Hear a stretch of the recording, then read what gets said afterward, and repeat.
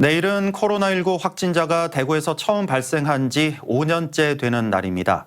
코로나가 일상을 송두리째 무너뜨리는 참상을 생생히 목격한 이후 신종 감염병에 제대로 대처해야 한다는 자성의 목소리가 컸었는데요. 하지만 대구 지역은 전문병원 설립이나 공공의료 보완 등 감염병 대응력이 여전히 취약하다는 지적입니다. 박지영 기자의 보도입니다. 지난 2020년 2월 18일 대구에서 코로나19 첫 확진자가 발생한 이후 신천지 교회와 요양병원 등을 중심으로 집단 감염이 폭증했습니다.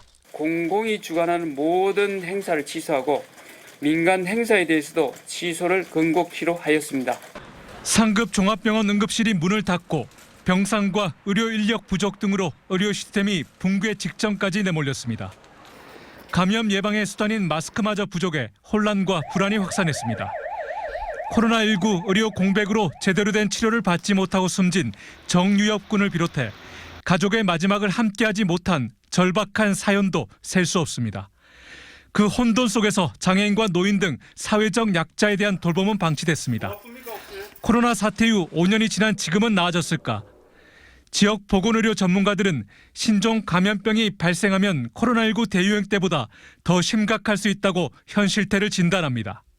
지금은 그 대응력, 또 의사결정의 속도, 또 시민들의 참여, 또 그 경험치의 유지 이런 게 전체적으로 다 떨어져 있다. 다시 이제 이런 상황들이 생기면 5년 전보다 더 나으리라고는 생각하지 않습니다. 또한 2027년까지 7곳 경북대 병원터 안에 만들기로 결정된 감염병 전문병원은 사업비 문제 등의 이유로 아직 첫 삽도 뜨지 못하고 있습니다. 지역 공공의료에 구멍이 생기는 것 아니냐는 우려도 나옵니다. 권영진 전 대구시장의 제2의료원 설립 약속과는 달리 홍준표 시장은 기존의 대구의료원의 기능 강화에 예산을 투입하고 있습니다. 하지만 여전히 부족하다는 지적입니다.